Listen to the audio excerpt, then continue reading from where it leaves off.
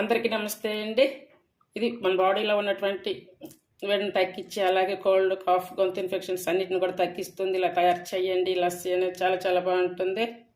మీకు కావాలి అనుకుంటే కనుక పైన ఇంకేమైనా నట్స్ అలా కూడా వేసుకోవచ్చు. నేనైతే ఇందులో పైన కొంచెం పచ్చగా చేసినటువంటి ఈ పెప్పర్ అయితే వేస్తున్నాను.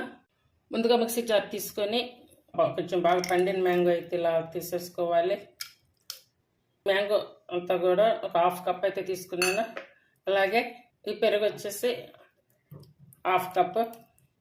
ఇవి ఉన్నాయి కదా మిరియాలు వచ్చేసి ఒక 5 మిరియాలు, అలాగే పుదీనా, అలాగే అల్లం ముక్కలు ఇలా సన్నగా కట్ చేసుకోవాలి. కొంచెం అల్లం అయితే నేను ఎక్కువగా కొంచెం తీసుకున్నాను. ఒక చిటికెడంతా మెంతి పౌడర్ ఇది, అలాగే ఒక చిటికెడు సాల్ట్. ఒకవేళ కావాలనుకుంటే మీకు సరిపోయిన వరకు వేసుకోవచ్చు సాల్ట్. ఇప్పుడు ఇది వాటర్ పోసి పేస్ట్ చేసుకోవాలి. చూసారు కదా అంతా కూడా అయిపోయింది. ఇది 2 గ్లాసెస్ వరకు అయితే వస్తుంది. ఇది ఇలా పట్టుకున్నాం కదా, ఇంకా ఫిల్టర్ కూడా అయితే అవసరం లేదు. ఒకవేళ మీకు కావాలి అనుకుంటే కనుక పట్టుకోవచ్చు. చూడండి చాలా బాగుంటుంది టేస్ట్, హెల్త్కి కూడా మంచిది.